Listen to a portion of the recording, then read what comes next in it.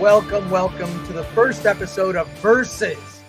That's right, we are 1 week away, only 7 days away from the best day of the year. Yes, Halloween, October 31st, is a week from today. What a perfect day to launch our new show, Versus, here on Film Threat. I am Chris Gore. I am ready to battle. I hope you're ready to battle because you are a part of this show. We're going to spend the first part of the show just seeing who's in the chat, talking about different various topics as we bring on everyone who will battle in Versus. Let's get started. I'm glad you're all here. Tell your friends, share, like, subscribe, as they are so fond of saying. Let's get things going. Let's kick it off. This is where you fight. You come here to fight. This is Versus.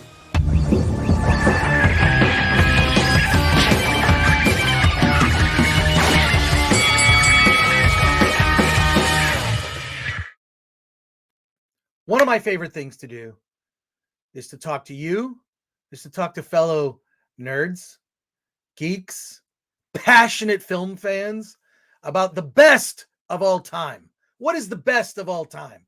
We all have our top lists, top 3, top 5, top 10. What is your favorite horror movie franchise? We will answer that question today. What is the best? We're gonna battle it out. We're going to battle it out with experts that we're going to be bringing on little by little. They're going to be joining the show, and I can't wait. First, let's bring on the first person who will be battling today. This person comes with so much bravado. I can't wait to bring him on the show. I want to hear this person's opinions. Let's bring it on.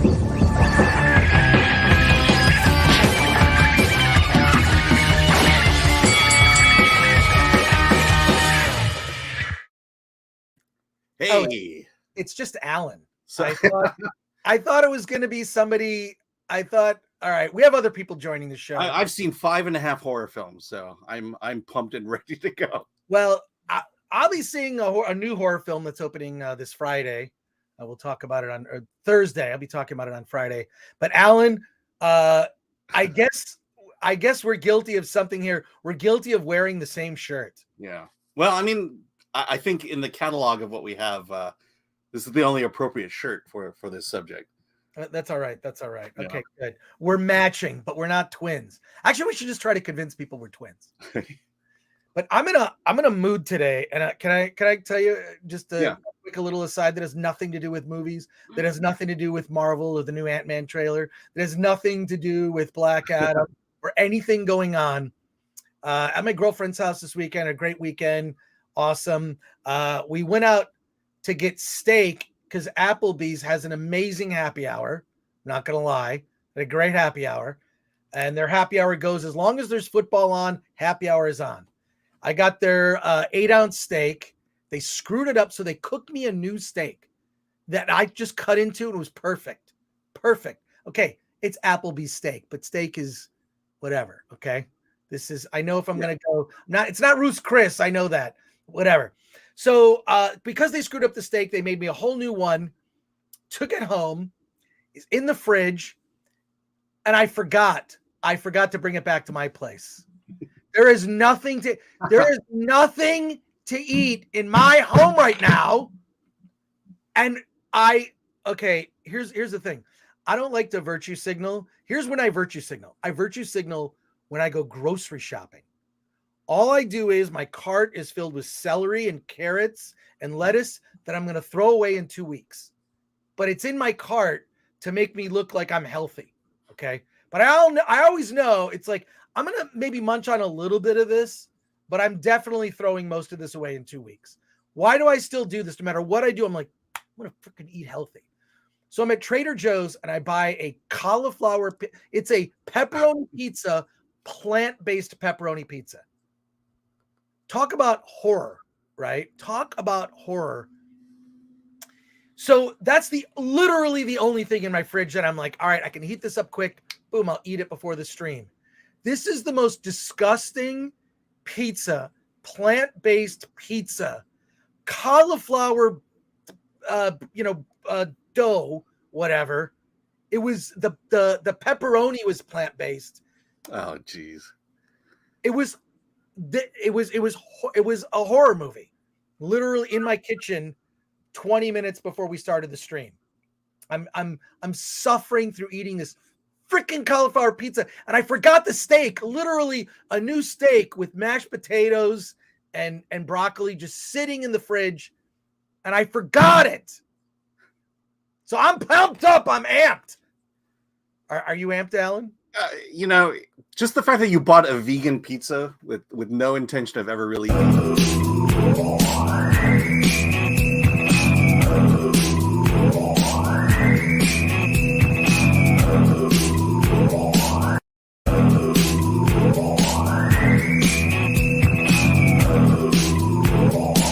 My nipples look like milk duds. All right, let's get serious. Let's see who's in the chat. Now.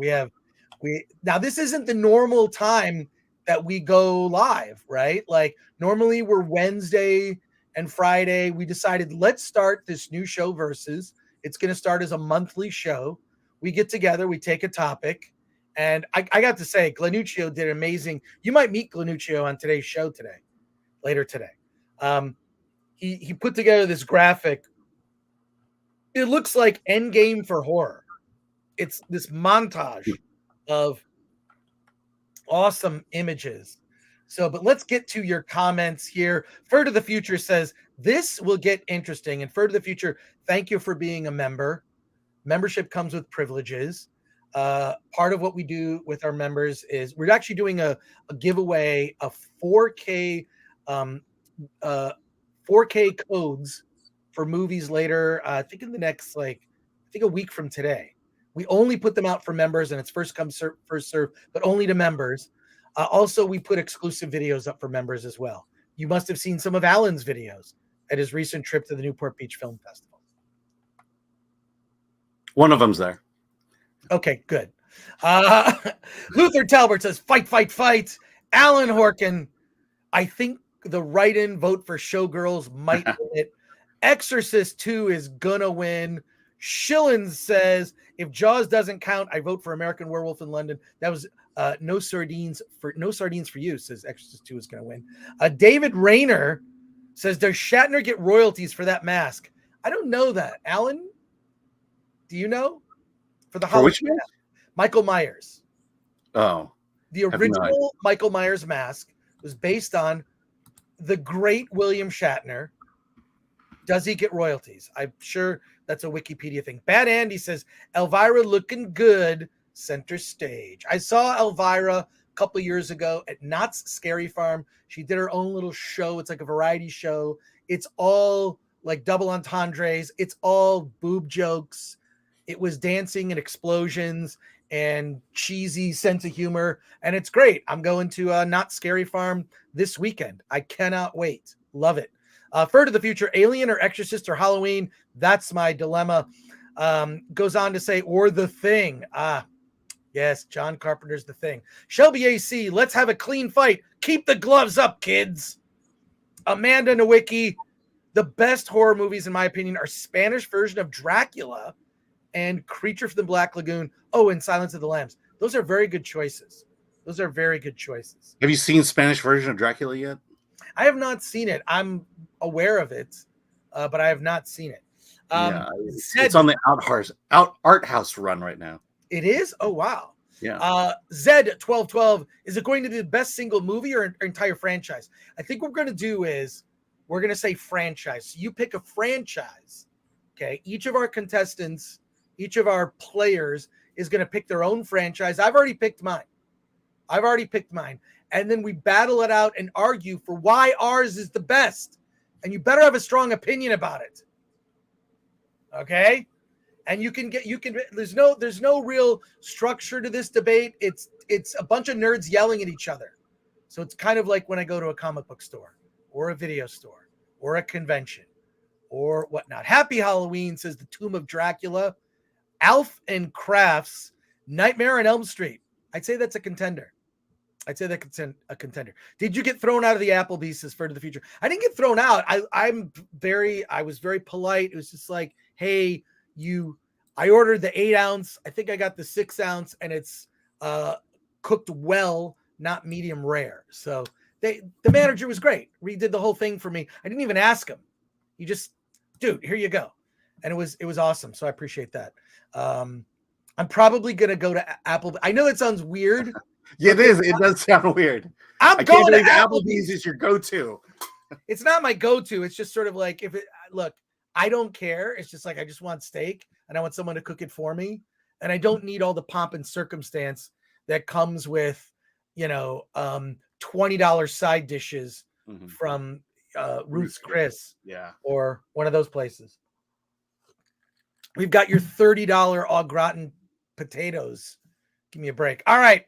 The Tomb of Dracula. I love the Italian horror films, especially Lucio Fulci, Dario Argento, Mario Bava. Greats. Those are all greats. And you're a part of this, by the way. Can we do a poll at the end? So once we get everybody's picks, everyone in the chat will vote. All right? That's how we'll do it. So once like Alan's going to choose his franchise, I'm going to choose my franchise. We're all going to debate as to like, why we believe our franchise is the best franchise. The chat is going to vote on who won. Does that make sense? Yes. Alan, to me, it Johnny does. On the spot with the comments. Partially paying attention. I know what Alan's doing right now. He's answering his email. No, I'm trying to, you know me. I don't do that. No, I'm trying to figure out how to do a poll on here. So, all right, you'll figure it out. Glennuccio will help. You guys can talk in the private chat. Tyrone Deese, they screwed up your protein. I hate that word protein. I hate that word because it just doesn't sound appealing. Eating vegan pizza, the horror, Amanda Nowicki. Yeah, this was disgusting. I'm like, I just want to, you know what? And I'm not even a foodie, which is why I go to Applebee's for steak. I'm not a foodie, right? And look, and I've been to Ruth's Chris. Amazing. Okay. Yes, I love it. To me, that's a luxury. Go to a restaurant like that. That's not a weekly thing. But yeah, vegan pizza, that was a mistake. That was me trying to virtue signal while grocery shopping. Look at my cart at Trader Joe's. Look at all the veggies. Look at all the I'm getting the plant-based pizza. Idiot.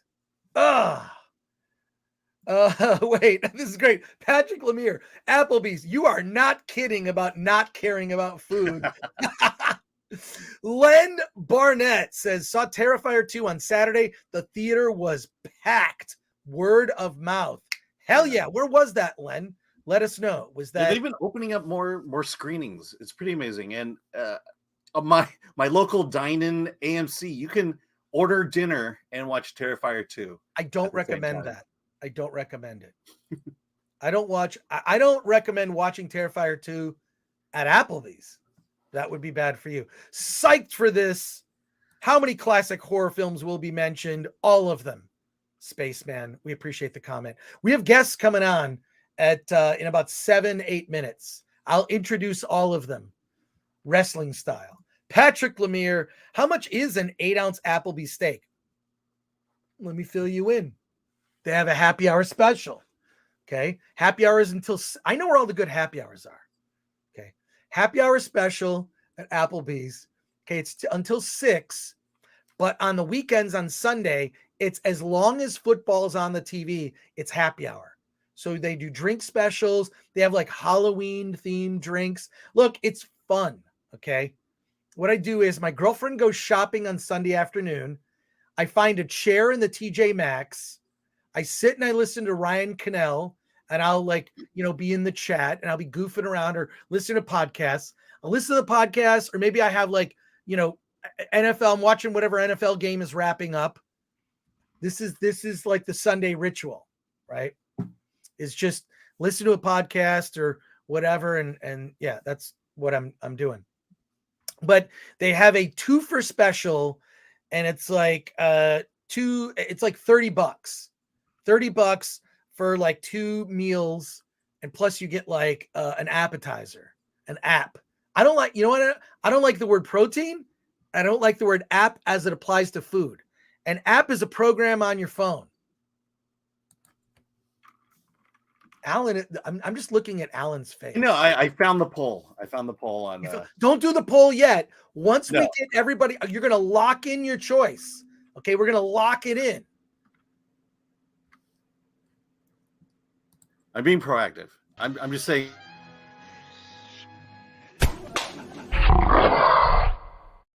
All right, back to the back. Just saying, I may not be the most helpful today because you got to pick, Alan. You got to pick. I've only seen one franchise. I'll just say that. Patrick Lemire says, speaking of Halloween, Tim Burton announced new never working with Disney again. Really? He'll never work with Disney again? Where was this? This was right after doing Dumbo. You know, you think they took it from him?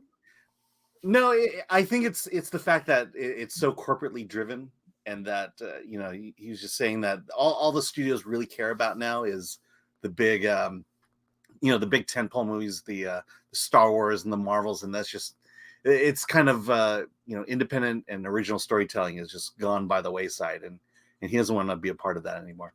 Good. This is what I've been saying for a long time. It's corporate factory filmmaking. Yep. Read by Nature says, Chris and Alan have ever seen an old horror film called Scarecrows? Film about a bunch of scarecrows stalking and killing mercenaries. I haven't seen it, but I know someone who has. They're coming on the stream shortly. Toxic Waltz N8 says, honestly, Burton hasn't had a total banger since Big Fish.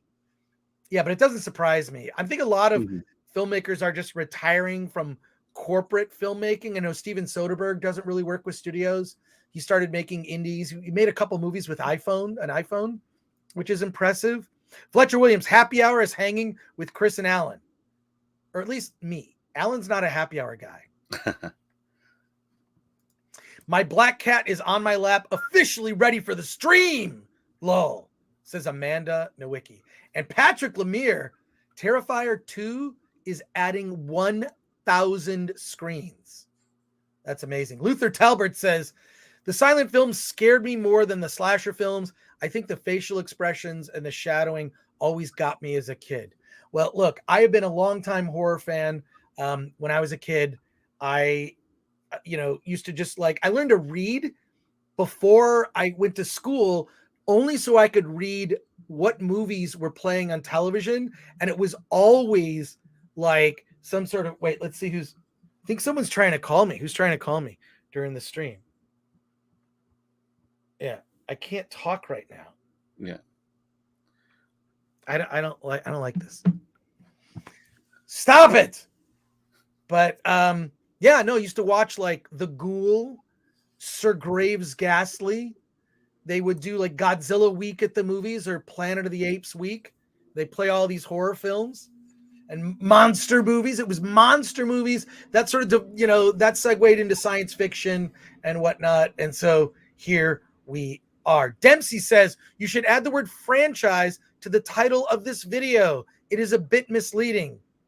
Can we do that? Glennuccio, can you change to the horror franchise? All right. He's nodding yes. Chris appetizer rant incoming, says Fletcher Williams. Return of the Living Dead, says Hubmion 85. And there you go. Now, before we get to okay, you know what? We should even do a header. Let's do a header for this. Let's create a banner. Where are we creating the banner? I know. All right. Paulie, I see you there. I'm going to be bringing you on in just a minute.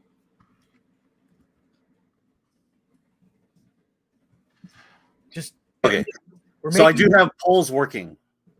Don't do it yet. Yeah, no, I put a fake one up there just to make sure it's working, but it's working. All right, good. Here we go. All right, let's just put that up there so people know. People know what the topic is if they drop in late. This is it. We're gonna get people talking about what their favorites are. I have a very specific favorite, and I have reasons why. But let me bring on some of our contenders here. These are people who are going to be joining the conversation. These are people on YouTube that I respect their opinions. Their opinions don't always line up with mine. I don't care. I love hearing what they have to say. I love it. I love it. And I cannot wait to bring on our first contender on Versus. He's a guy. I love his channel. It's a lot of Latinos in film are on this channel. Let's bring on Paulie from Latino Slant.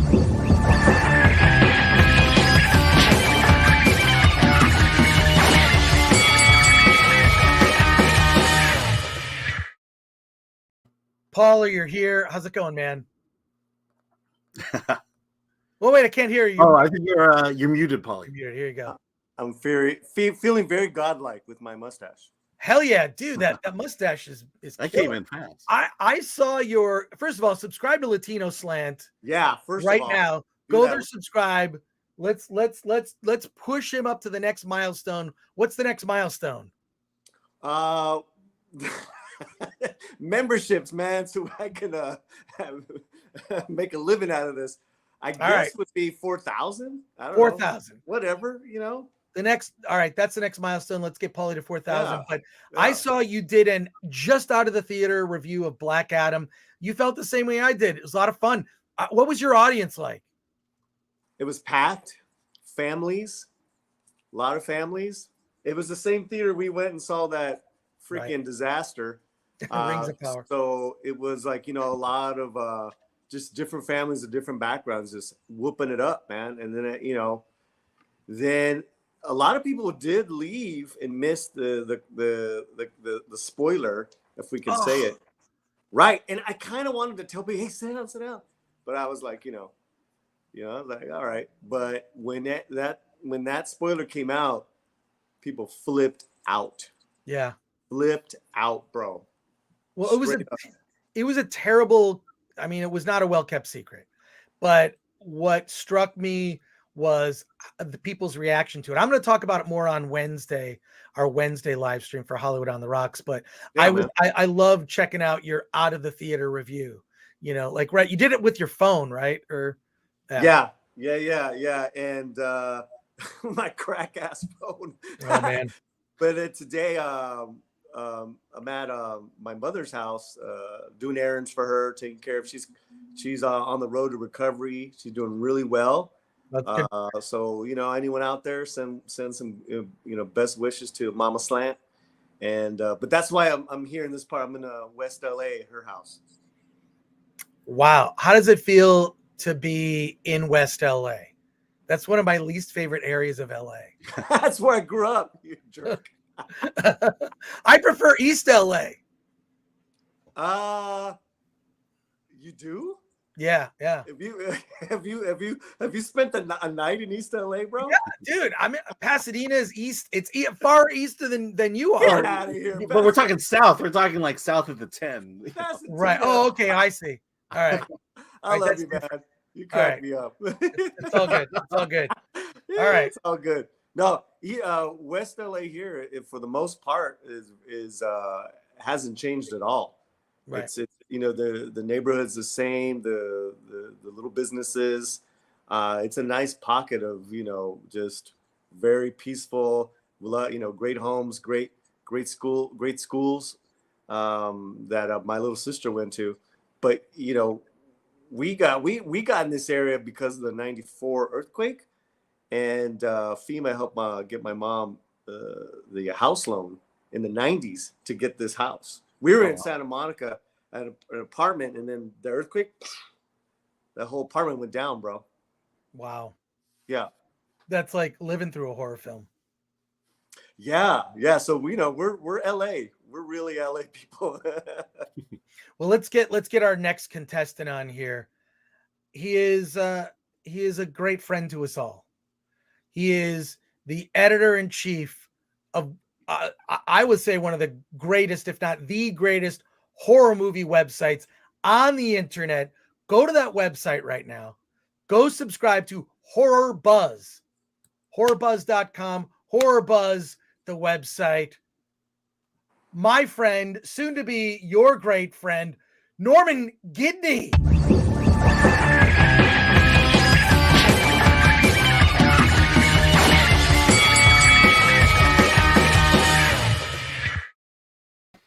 I don't even know if I'm going to be able to live up to that hype, You- Chris, but I'm going to give it a shot. You are okay. I mean, you like a lot of movies. You like indie movies. You I like have a website, Horror Buzz. This is your season. right. Hot Yeah. season. This is definitely the season. My super busy season. It starts about mid-August, and then it doesn't really let up until November 1st, and I'm just going every night. So No, I see you because I follow obviously your social media, your Instagram, Horror Buzz. You are always out and about at some haunt. You're at a maze. You're at I love it. I love it because it's like, oh, I get to experience it without going there. But Yeah. how is Not Scary Farm this year? Because I'm going. Ooh. Really? Oh, Oh, come on. Oh. no. nah, it's not all that great. I'm still gonna go. I don't care. No. I'm just gonna go. They probably can't get people to work it. They really decided to price gouge this year. Oh no. Yeah, and so the pro tip, first of all, hit Gold Star. If you want a cheap ticket, hit Gold Star. But Gold the Star? prices, all of the prices went up, across the board, and there's flex pricing also. So on some nights, some of the tickets for just front of the line are around 170 some odd bucks, and that does not include admission. So if you have to get admission, then you get the front of the line pass. yeah, so that's just to give you an idea. The only thing that really didn't go up in price was the little buffet. But all right, the buffet. Did you say buffet? It's called a boo It's a buffet. dash fay. So Buffet. All right. Well, Nice. we may have other contenders joining us shortly, but I don't want to waste any time. what are we contending? I'll explain it because I'll be the first to go. Okay. Here we go. I got everybody. We got enough people here where we can begin the debate. Okay. So here's what we're debating. We're debating what is the greatest horror movie franchise of all time. Wait, I did the banner wrong. No one called me out on my banner. I got the banner. We're so No, someone did call you out on it, but Did they? I think Patrick Lemire saw it. Oh, good. I love Patrick. Here we go. Let's go to some starred comments before I present my argument for why the horror franchise that I'm going to debate, I'm going to advocate for is the greatest one of all time.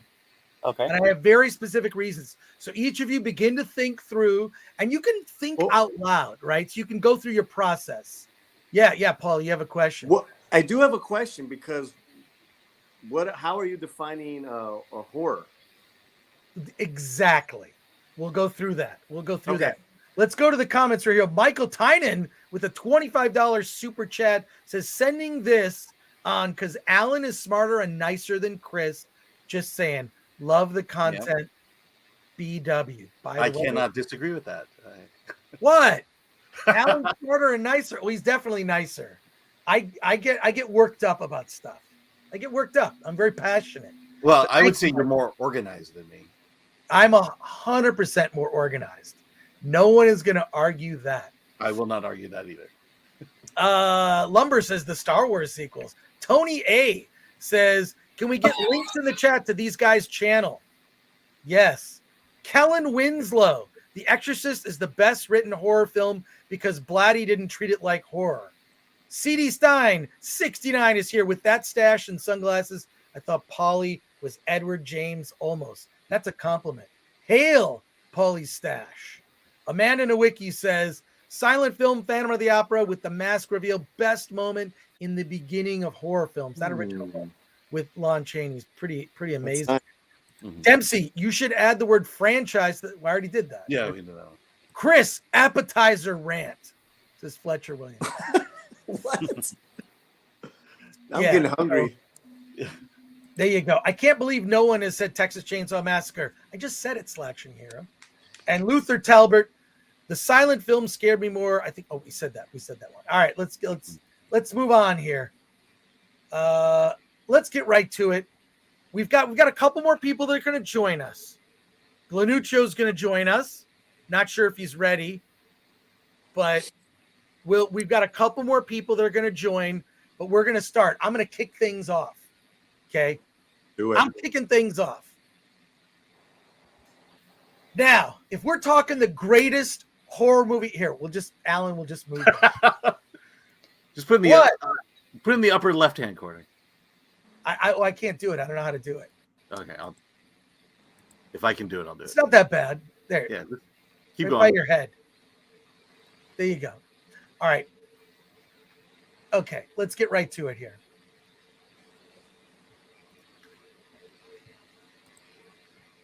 I, like you, love horror films. And when it comes to horror films that have stood the test of time, that have resisted corporate finagling, there's so many that we could talk about. There's so many beloved characters and horror franchises. Jason from Friday the 13th, the Friday the 13th series. Okay. The Texas Chainsaw Massacre. Michael Myers, Halloween, right? We just saw Halloween Ends. Maybe it should have ended sooner. That's a whole other debate. That's funny. But everything from Poltergeist to Chucky to there are so many out there that I love. I love all these, and especially around this time of year, I love to revisit some of my favorite horror franchises and maybe how they've been ruined. But one has stood the test of time, and I wrote about it. I wrote about it in a book. The book is called My Favorite Horror Movie. I'm in volume 3. And in My Favorite Horror Movie, which is a book, it's edited and curated by Christian Ackerman, Felicia Rose, and Chuck Foster. Chuck Foster, writer for Film Threat, and Christian I've known for years. So he put together a series of books, and in it are chapters by fans, by horror filmmakers, just a variety of people. I wrote in this about Night of the Living Dead and the Living Dead franchise. Now, why is Night of the Living Dead my choice for greatest? Why are the Of the Dead or zombie movie franchise, whatever you want to call it, the Romero verse, whatever you want to say about it? I love zombie movies.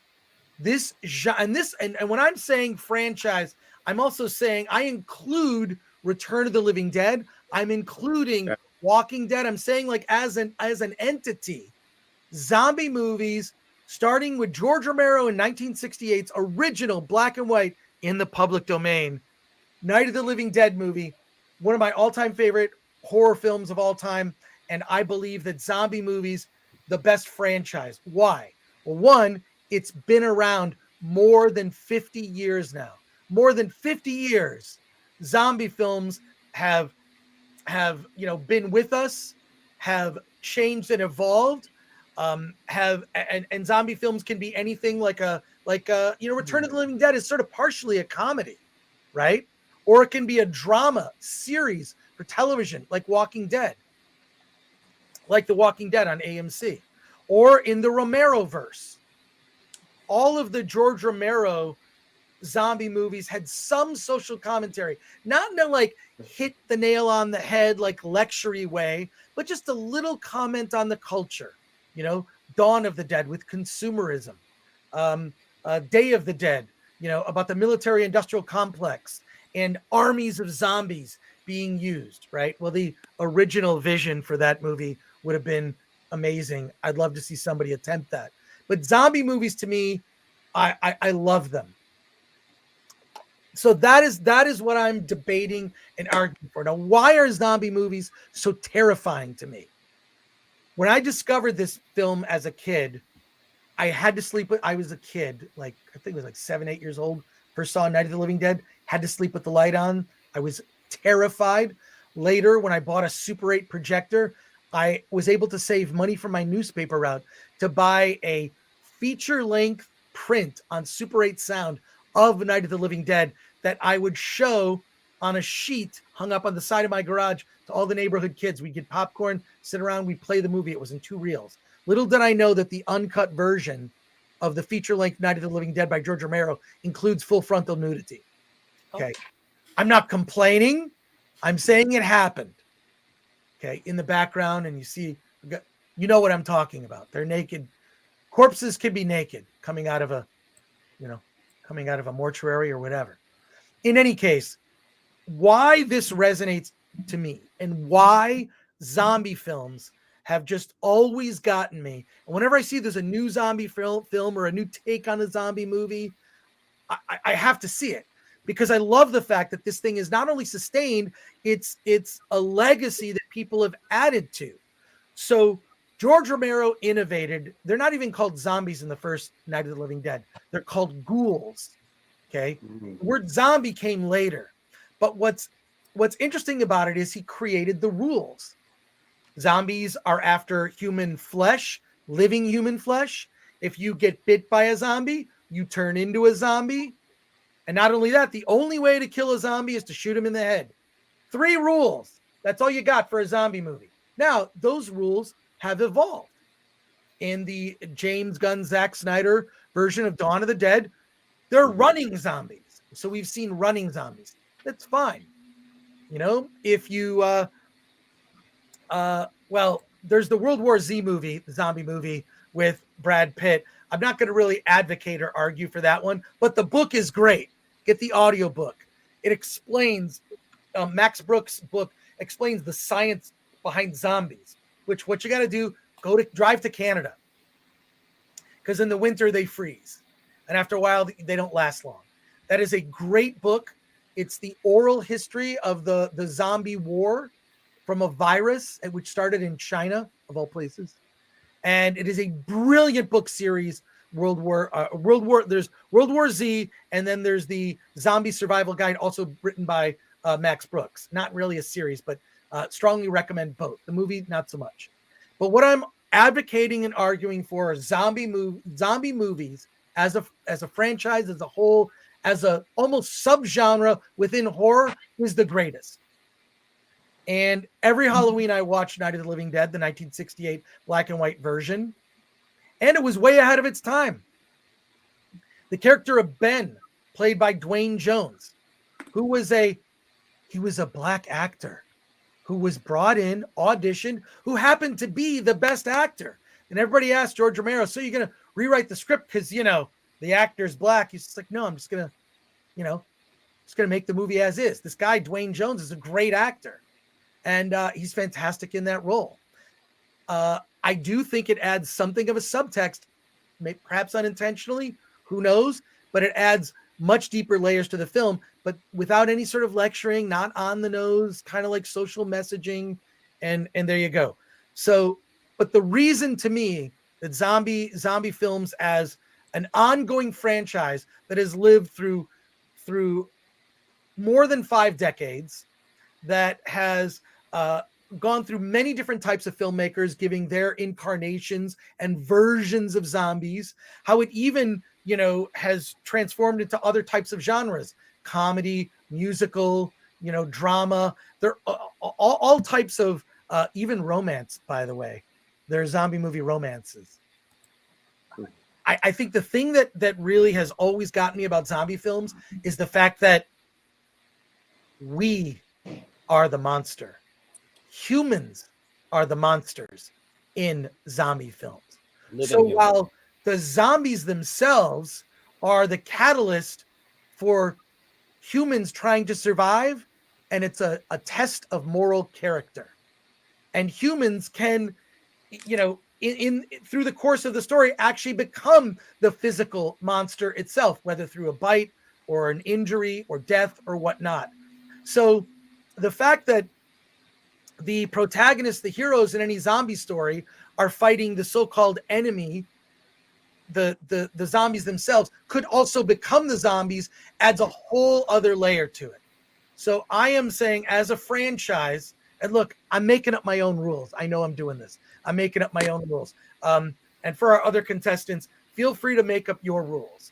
But I'm just telling you, zombie movies, in particular, the George Romero-verse franchise, is the greatest monster movie franchise of all time. That's my argument. That is my argument. And now I'll take any sort of comments from everyone who's joined here. I particularly want to hear from Norm because I saw him making a lot of expressions while I was talking. Okay, well, you know, when you posed the question, I was kind of like, well, wait a minute, you know, and then yeah, I kind of have to agree with you that while there were some great, you know, bright spots in many of the different franchises, Halloween, of course, is my favorite horror film, the original, just the original. Nightmare on Elm Street, Friday the 13th, you know, all these things. They all had some really good things about them, but none of them were as consistent and timeless as the Dead films that Romero did. I totally have to agree with you there. All right. Well, I will accept that. I will accept that answer, Norm. I love it. I don't know if anyone wants to debate me, but we have some comments. We have 2 more contenders. They're going to be joining us, including George, the Giant Slayer, will be joining us momentarily. I'm very excited for George to join us. His latest video, well, he'll tell you about it, with Galadriel as Karen. Oh my God, hysterical. It's like an old movie from the 30s. Okay, you got to see it. Just go to George the Giant Slayer, the channel. Amanda the Wiki, Night of the Living Dead, nobody gets a happy ending. That's also the thing that like scarred me as a kid. The fact that this is a horror film, like the guy you're rooting for, Ben, right? Who pulls Spoiler. Oh, sorry, spoiler. And there's even the remake with Tony Todd, which oddly enough, I'm in the remake. This is me in zombie makeup from Night of the Living Dead. I was on the set. Here, I'll do a little closer up of that. I'm on the set, and that was what I looked like. It was awful. I was covered in goo, and it was gross. When I was eating, Tom Savini actually directed me in a scene. When I was eating, it was like sort of barely cooked chicken covered in Caro syrup, like the blood thing, and it was the most disgusting thing ever. It was awful. Derek Mullins for 10. Hey, Chris, I met you a million years ago on a Jason Horton indie film. I'm going to reach out to you for promoting my new indie film. Please do it. Go to filmthreat.com/contact. Just watched it last night in 4K, says Tom from Midnight's Edge. Lauren Taylor, Rings of Power. Rings of Power. The Tomb of Dracula, Night, Dawn, Day of the Dead. Hell yeah. Lauren Taylor says, good call, Chris. Still like the original Evil Dead trilogy. That's a good series. Saw Night of the Living Dead when I was way too young to see horror movies. Can't do zombies to this day, says Amanda Nowicki. Lord of the Films says zombie movies are the most boring ones. That is your opinion, and I respect it. Well, I disagree, but I respect your opinion. Lord of the Films, which ones do you like? I'd like to know. Let's hear your argument. Robert Thompson Watson, Fulci Zombie Flesh Eaters, Zombie 1979. Yes. Zombie 1979 or Zombie 2, as it's sometimes referred to, has some of the best gore effects, practical gore effects. And there's a particular scene with a large splinter from a broken door that goes right into somebody's eye, and it's magic. Right. I'm getting some weird feedback. Is it me? Yeah, I'm hearing something there. I'm hearing something. Who is like it? Static. Oh, I think it might be Norm. I think it's Norm. Norm, we'll just keep yourself muted until you have to talk. So, can you mute yourself? Okay, great. All right. The Tomb of Dracula says zombie. Okay, that's okay. We already got that one. Pig Riser, Dawn of the Dead was very much on the head. On the head? Do you mean on the nose? All right. Toxic Waltz N8, the 1990 is great, but it's a shame MPA short tore it to shreds. I don't know what we're talking about here. We got to get Toxic Waltz N8. Dawn is being released this weekend in 3D. Sweet. Shun Hu, classic Universal monster movies from 1913's Dr. Jekyll and Mr. Hyde to 1954's Creature from the Black Lagoon. Could not agree more. Love that. It's hard to debate Gore since he says his franchise incorporates almost every movie made since Romero. The sound of one man laughing. I'm making up my own rules. Yeah. Feel free to make up yours. Well, see, now I think the point is, I think you're making it the genre. The zombie genre is the best. as opposed to you're saying the genre, night not series. franchise. Yeah. All right, well, you know what? I could lose. Look, Sound of One Man Laughing. Feel free to vote against me. It's okay. I did not make a good argument. You know, like that's fair enough. Portland 182, The Fly, both the originals and the Cronenberg era ones. Ooh, that's a good choice. Body horror. Anarch Kitty 83. I'm one of those terrible people that like Savini's remakes more than the original. Why would that make you terrible? You're welcome to like that. Zed 1212. George Romero started and ended zombie movies. All zombie movies are superfluous after him. He showed that humans, consumers, are the biggest zombies. Well, here's what I think is what he did with zombie movies is he made zombie movies open source. And by that, I mean, it's open for anybody to come along and make a zombie movie. He doesn't own zombies like, say, for example, whatever studio owns Friday the 13th or whatever studio owns Freddy for Nightmare on Elm Street. Those are owned by corporations. Zombie movies is a concept that anyone can do. That's why I also think it's great because some people have added ideas into the zombie movie genre that have improved it, right? Or come up with really clever ways. It's like I say, it's open source. Maybe like vampires, right? Vampires. You can add something to the vampire movie genre. So look, this is our first episode of Versus. I'm making up these rules. Yeah. I'm just saying, I think we should just keep yours to the Living Dead series. Living Dead series. Okay, that's fine. Okay. Romero, Living Dead series. We're having fun talking about horror films, man. Come on. Yeah. Matter. Yeah. Who cares? Yeah. If we're gonna talk about the best franchise, pick the franchise, and I think in this case it's the Romero. No, I'm already going off of what. Oh, good. And All right. I'm gonna blow the lid off. Oh, good. I want to hear it. I want to hear it. Werewolf Jeebus. Zombies would never be fast if you impaired, especially deceased. You wouldn't have agility or balance. Well, I stick to the science, the fake science of zombies. Dempsey. So I'm confused as to which franchise Chris is picking. Yeah, I think we decided George Romero, Night, Dawn. the Living Dead series. The Living Dead series, George Romero, the Romero verse. That's what I'm picking. Okay, that's my debate. But I made an argument. My argument's being rescinded. No, what you're saying is the series, the franchise is so great it spawned off an entire genre. Okay, that's what my argument is. You know, the George Romero zombie films are so great it inspired all these other filmmakers to make other zombie movies. That's how great it is. That's why it's great. Yeah. So that's a fair critique, Dempsey. It sounds like he's picking an entire subgenre. If that's what we were doing, I would say slashers. Now that's fair, but I don't think we're going to do that. I think I've been there you go. Let's I've altered the argument. Misanthropic 9, DK 4-5, Exorcist plus Exorcist 3, and The Omen plus Omen 2, and Hellraiser plus Hellraiser 2. We'll never get tired of them. That's good. Amanda Nowicki, thank you for the 45 DKK. Amanda Nowicki, Resident Evil, the Netflix show, killed the zombie franchise. I've heard that. I didn't watch it specifically because of what I heard. Dempsey, which franchise had the best full frontal nudity? Easy. Return of the Living Dead. Return of the Living Dead had Game of Thrones. Oh. No. About horror franchise. I would say, yeah, Return of the Living Dead when that girl dances on the grave. That was Linnea Quigley, if I recall correctly. So you wouldn't say Don't Fuck in the Woods 1 and 2. Yes, there's a movie that Alan and I reviewed there was like a month or so ago called Don't Fuck in the Woods. Look it up. It's on the channel. 28 Days Later is a classic. It's a film that puts you on the edge throughout. It says Pete Den cut. And CD Stein 69 says, good pick. It's a movie that basically started a genre of horror movies, one of the best, and Romero was such a great icon and person in general. So Alan, when we're doing the poll, mine is the George Romero of Night of the Living Dead franchise. That's mine. I am entering that into our poll. But we have two more contestants are going to be joining us here.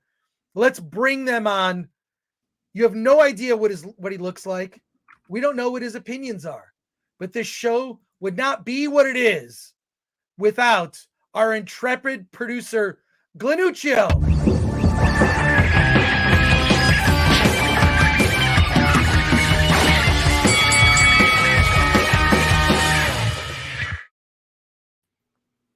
Glennuccio, what are you doing? Look at this. You have the Munsters playing in the background. That's perfect. Yeah, it's my favorite. Glennuccio, you're getting started on your own YouTube channel.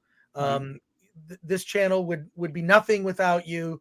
You're killing it on the thumbnails and the graphics and the videos. One in particular, I was talking to Alan. Alan, do you remember this video?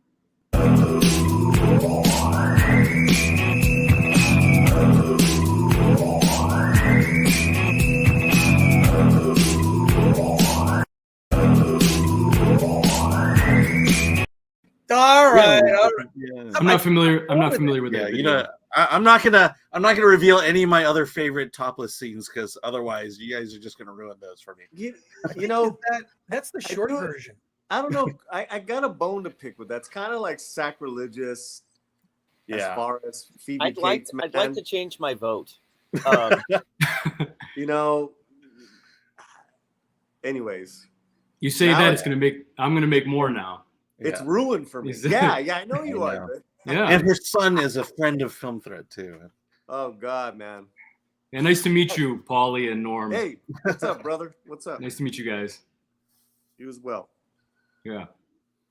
Well, we met before, I think, backstage or something. A couple. Oh yeah, that's right. Yeah, we did, yeah. But to do a stream with you is you know, Molto it's a bene. high honor. It's a high honor. Yeah. Yes. Let's bring in our next contestant. He's a guy who has been creating some amazing content on his channel. Just got off a stint covering his coverage of Rings of Power is inspiring. You need to see it. Go to George, the Giant Slayer. He is joining us to argue the greatest horror movie franchise of all time.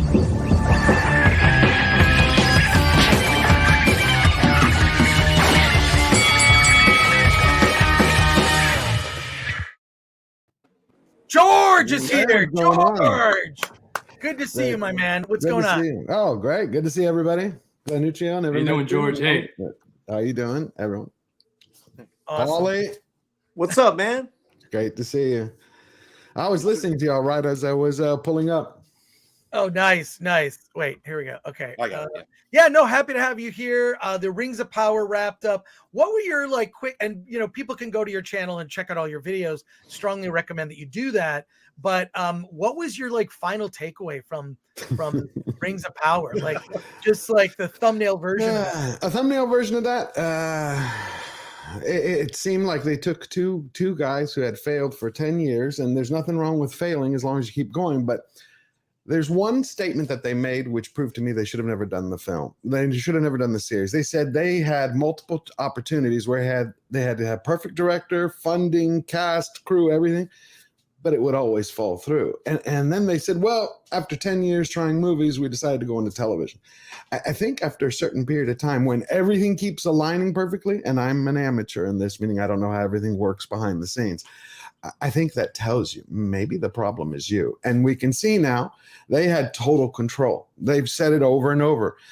They even turned down Jeff Bezos' own notes, their boss, because he said, okay, it's all on you guys. What I think is you had a couple of amateurs who decided to make a bunch of teasers instead of a series with bad writing, a C to D list crew of cast.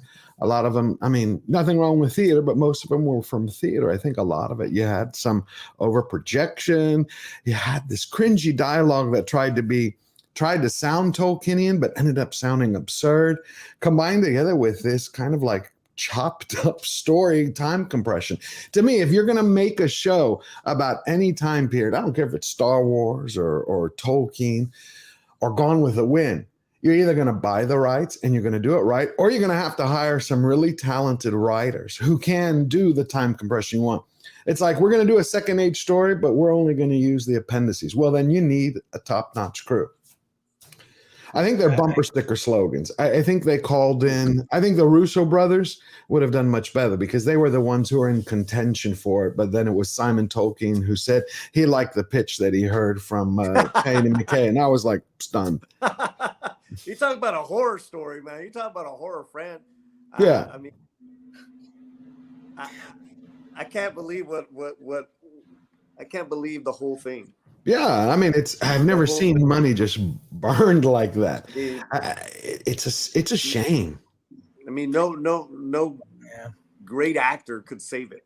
No. You know, let's just say they're all great actors, right? We'll just give them the benefit that then they got this material, and the material and the scripts and the writing changed every day.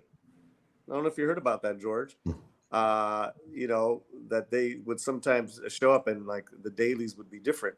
So, I mean, you know, they're little scripts that they would get.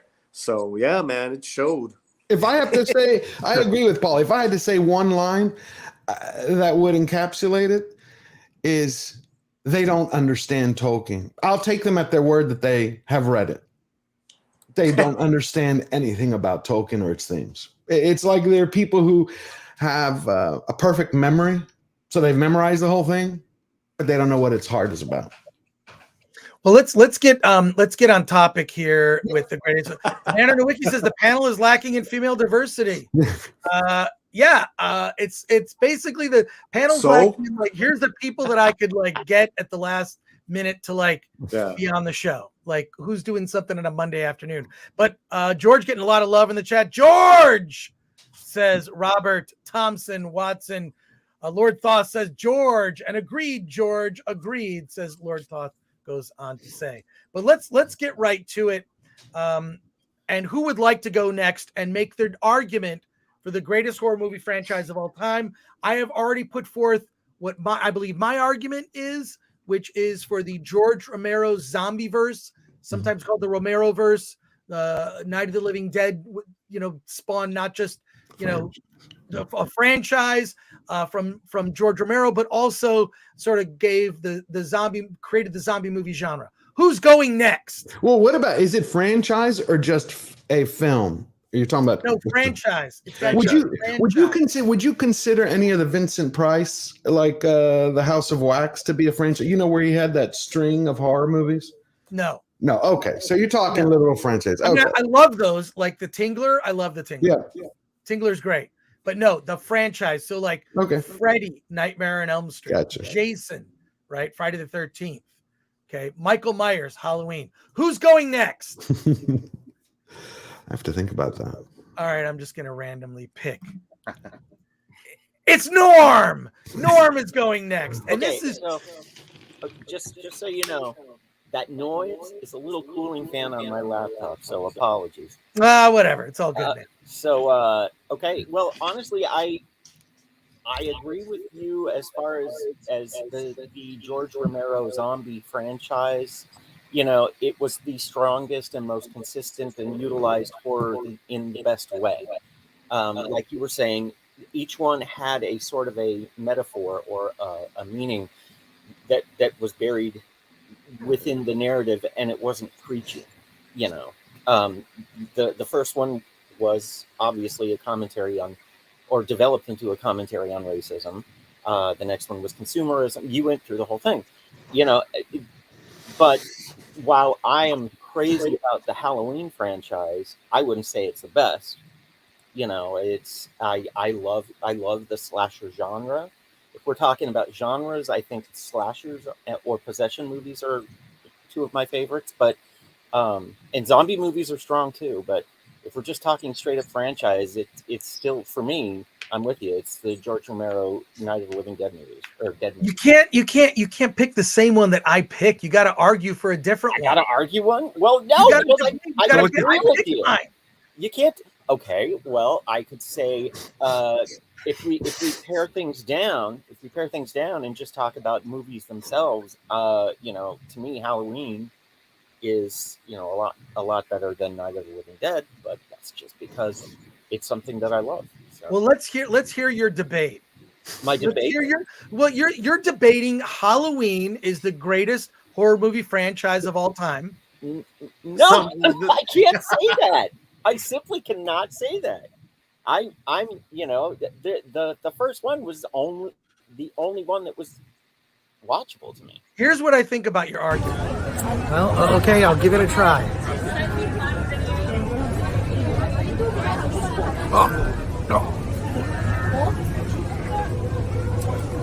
It's great.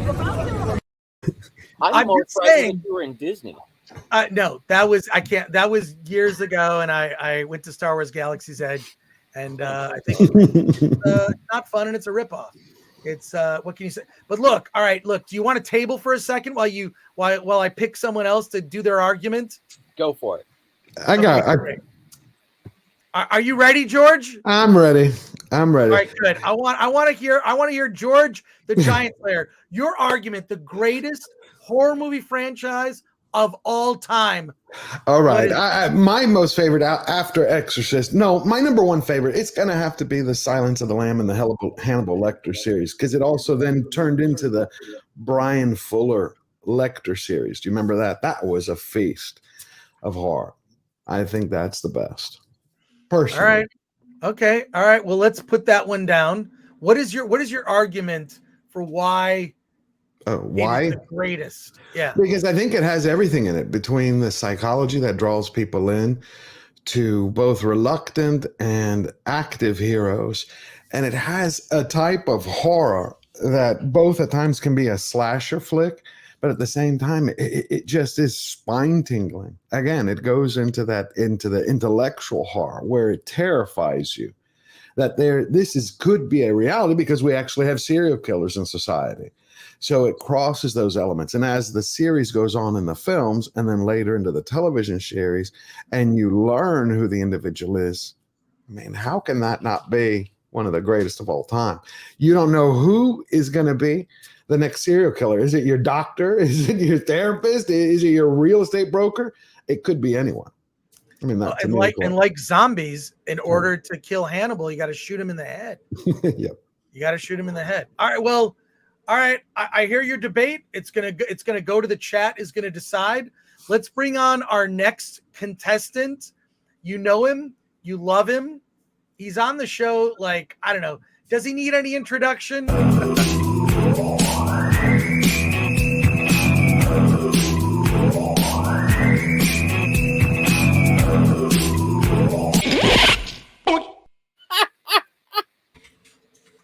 It's Alan Ing.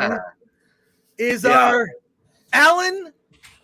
You and I, we're on live casts a lot. We chat a lot about movies. We debate. I often disagree with you, and I'm sure I'll disagree with whatever you pick here. Clearly, if I don't choose yours, you're going to disagree with I don't care. No, I debated mine. It's not up to me. It's up to the chat. The chat's going to decide. It's not up to me. And, they're already poking holes in my argument. Yeah. So whatever. But Alan, what is... I do have a franchise. Let's hear it, Alan. All right. So as many of you know, if you've been following what we've been doing these last almost a year now, I'm not into horror films. I don't do horror films. Norm has offered at one time to give me a list of kind of a primer to kind of introduce me into the genre. I've not taken him up on this. But I will say there's one franchise that I have watched, a horror franchise, and it is the only one I've watched. So therefore, to me, this franchise is the greatest horror franchise of all time, solely because it's the only one I've seen every single film in, and that would be the Scream series. And I'll say this, the reason I like the Scream series is I appreciate the cleverness of it. I appreciate I forget the writer. Is it Kevin Williamson or something like that? But it's just the idea of basing an entire horror film around the tropes and the rules of a horror film, and then to do that in the first film, and then to go in the second film and do it all around sequels, and then just to keep doing it. And so I like my movies clever. I like my movies to be thought-provoking. I like them to have fun too. And I love cameos where they just kill famous people right off the bat. But having said that, I will also say the last one was a piece of garbage. They missed a great opportunity at poking fun at woke culture. Instead, they embraced it rather than make it a part of at least the idea of the Scream stories going on. So the only reason I'm voting for Scream here is because it's the only series I've seen. There you go. So you're voting for it, or what's your argument? I want to hear your argument. I've only seen this one, so I've seen singular movies from the other franchises, but this is the one I've actually seen all of the films for.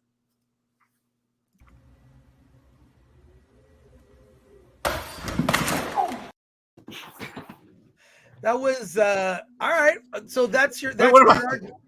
That's Yeah, well, fine. I'm supposed to vote for something I've never seen. I'm not going to do that. All right. Well, you know what? I should have opened your debate with this.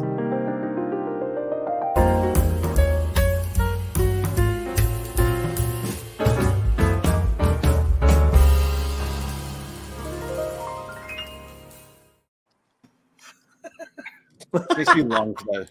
I know I miss that beard now. All right. So we have up on the docket. We have we've got Scream. We've got the George Romero Night of the Living Dead, and then we have Hannibal. We have Norm is still working on his argument. Who wants to go next? Who's ready? Yeah, I'll go, man. Okay. Paulie from Latino Slant. What is your argument for the greatest horror movie franchise of all time? Not just you got to pick it, and then you got to debate and argue why you think it's the greatest. Well, listen, you literally changed the rules as you were like talking about your own. That's shit, true. bro. That's not because that's not even fair. Because I totally wrote up an argument based on what you were doing, bro. So go ahead, listen, debate. Listen. I want to hear it. Yeah, well, okay, so here's what I started writing down, right? Exorcist, Alien, Shining, Amityville Horror, Evil Dead, The Omen, Halloween, Friday the 13th. What do they all have in common? They're all in the 70s. The 70s is the greatest decade of horror, man. You can even say it started with Romero. I'm a huge, so I'm not really arguing yours. I'm just kind of was just going off ideas. Texas Chainsaw Massacre, the 70s. They were all there, and there was something very creepy. The thing growing up during the 70s and watching these films is that we, like it's like we weren't allowed. But we got in. We either snuck in or an uncle got us. Come on, mijo, let's go see this movie. I saw a double feature, and I was a real little kid in East LA. Get this, Jesus Christ Superstar and The Exorcist. Wow. Crossing myself, blessing it right now. So, there's so many childhood memories with all those films for me. And it all kind of started with The Exorcist. But I have to say, with Night of the Living Dead, what always creeped me out about that original film was the black and white and the fact that these guys were walking so slow. And then all of a sudden, people were dead. That shit that still creeps me out. I would say too, as a modern genre, I've never stopped watching The Walking Dead. I watched Tales of the Walking Dead, the new one. There's one really great episode with Parker Posey. I highly recommend that one episode. It's Groundhog Day in the Walking Dead universe. Excellent episode.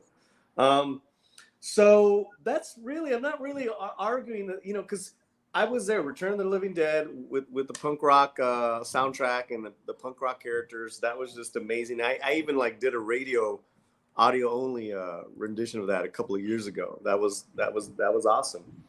I like Zack Snyder's remake of Dawn of the Dead. With the Ving Rhames and Mikhail Pfeiffer. I thought that was great. So, Frank Langella's Dracula in the 70s. Oh. So that's really my. I'm not arguing with you. As far as franchise, I would say as a franchise, yours is pretty up there. Just got me going on a particular era. And to give shout outs to Tom of Midnight's Edge, me and Tom went on this era just in general about that time of early 70s to maybe mid 80s, greatest time in film period. So, that's what I got, Chris, So what is if people are going to vote, what are they voting for you? What's the greatest horror movie franchise of all time? What is it? You have to pick one. What did I just say? You changed the rules on me when I was writing my opus here. Well, that's true, but you don't have to go with that. Come on, off the top of your head. This is pretty good. All right, I'm gonna make my own video then on this one. Off the top of my head, greatest horror film franchise. Off the top of my head, I'm gonna go with Jesus. That's hard, man. Jesus. Some Jesus, might argue Jesus was a zombie. What? Yeah, I've seen the Jesus zombie action figures. Exactly. But you gotta pick one. And Alan's gonna put up the poll, and then we're gonna see who wins. Do you want time to think, or? Yeah, give me a second. All right. Sorry, man. I'm gonna what's that? Sorry, bro. You just had me going off. You don't have to be sorry for anything. You're not sorry for nothing. But you got to pick one and debate it. Glennuccio is next. Glennuccio, is it the Munsters? What are you picking? Let's hear your argument. The Exorcist. All right. What are your reasons why it's the greatest horror movie franchise of all time? The Exorcist, out of every horror movie I've ever seen, that's the one that stuck with me the most. That's the one where the images stuck in my head the longest. And it kind of lingers with you. It just sticks with you. To me, that's what defines a horror movie, is when a movie can, when a horror movie can stick with you, and it like you can't stop seeing the images in your head. And it just keeps, like, the imagery of that movie is so freaky. And what I think makes a solid scary movie is it has to feel real. That movie is just as much of a drama as it is a horror film, because one of the members wrote that Blatty treated it like a drama. He didn't really treat it. That's what makes it scary, because it feels so real. And the director is actually a documentary filmmaker that filmed it. So that's why it felt so, like, the scenes when Reagan's in the hospital and she's getting all the tests done, it feels like a documentary. And that's what sells the movie, because you're accepting that she's possessed, but you're accepting everything. And on top of how freaky it is, how scary, like the imagery, like the demon's face popping up, Reagan's face when she's possessed, all that stuff, the sound, everything about it is like a masterpiece. The score, the sound, the acting is phenomenal. See, a lot of these horror movies, you get iconic horror movies, but then you're gonna find people that aren't that good of an actor. It's like, okay, that was kind of cheesy. There is nothing cheesy about The Exorcist. I don't think there's a single cheesy moment. It holds up today. It's the only, like, that's the bar for me. I've never seen a horror film that has like, again, I keep saying that, but it's like stuck in my head as much as that movie has.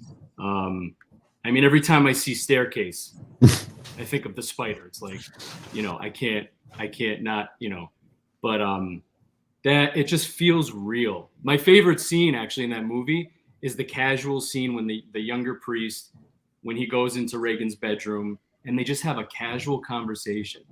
To me, that's like, it ends with him throwing the holy water at her, but they're just talking.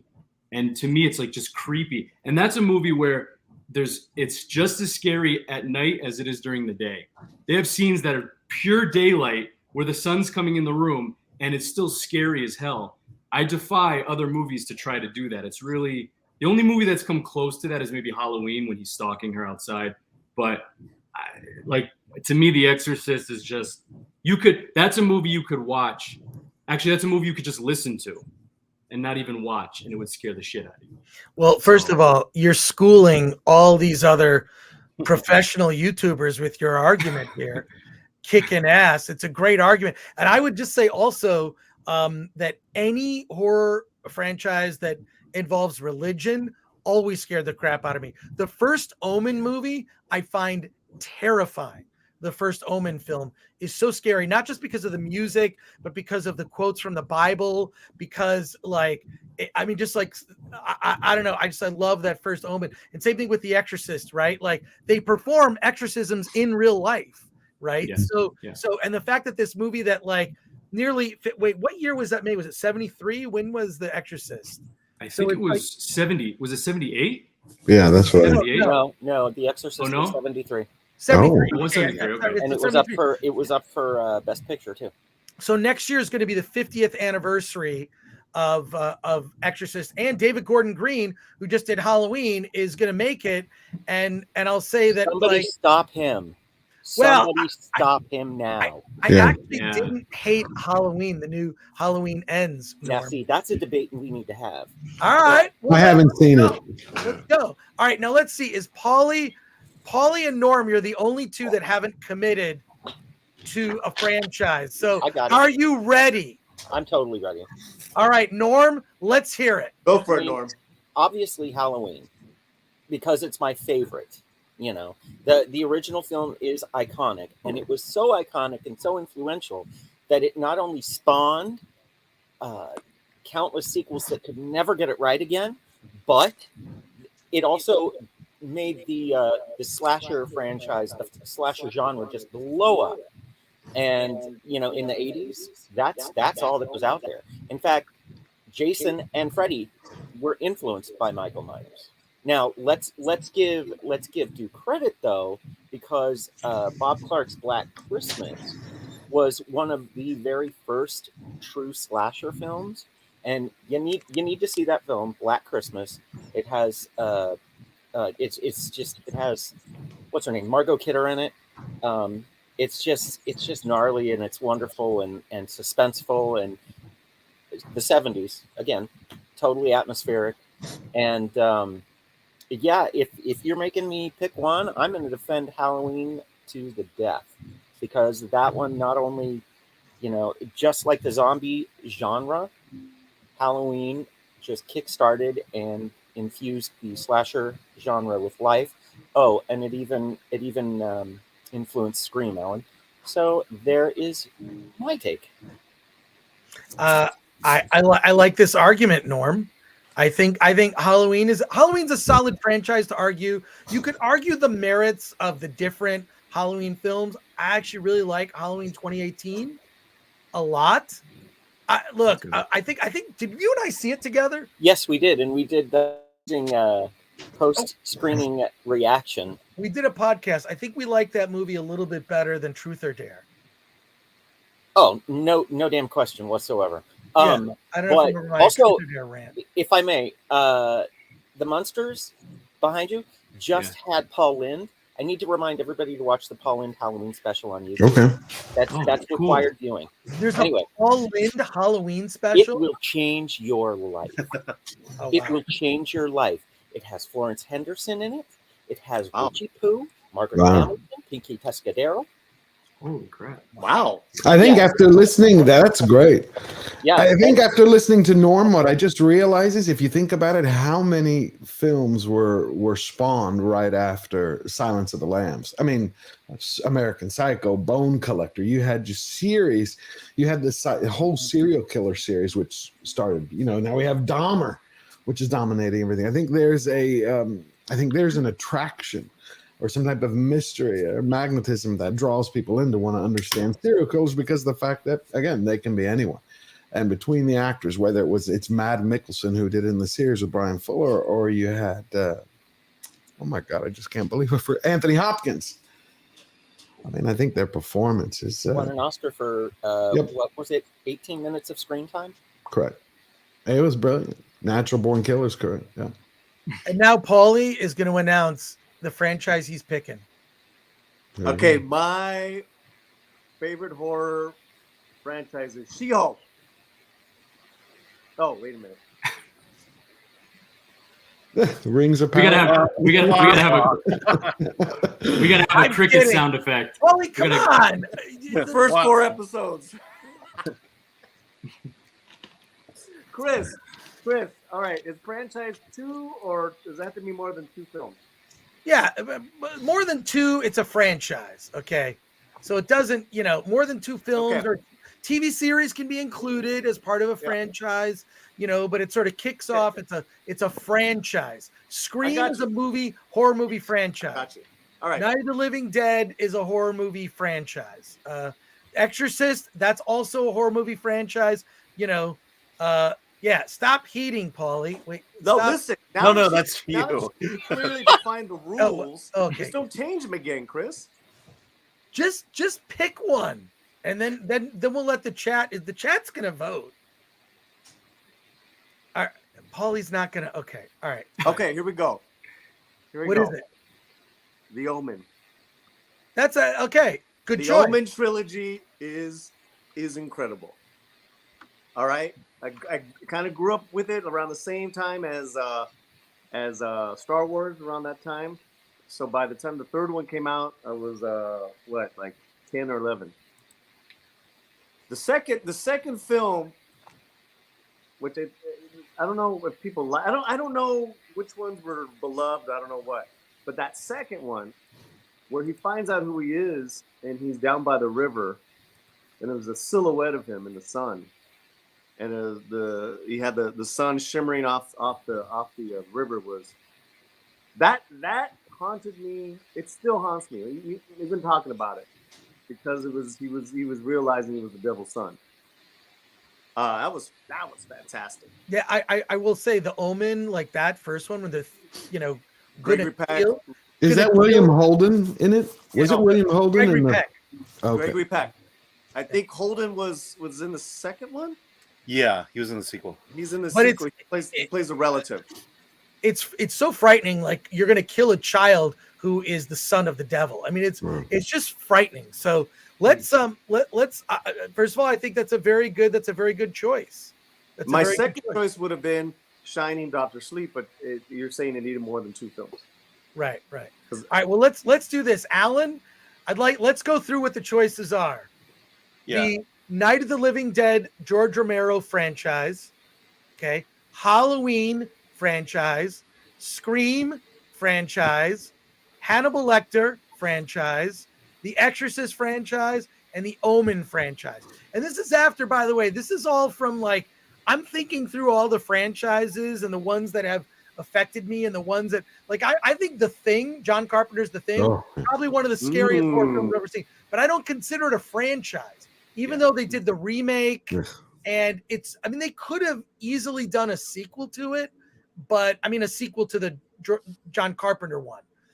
The remake was terrible, the remake was kind of the prequel, right? Like, do you remember? It was not great. Anyway, I watched 15 minutes of it to check that.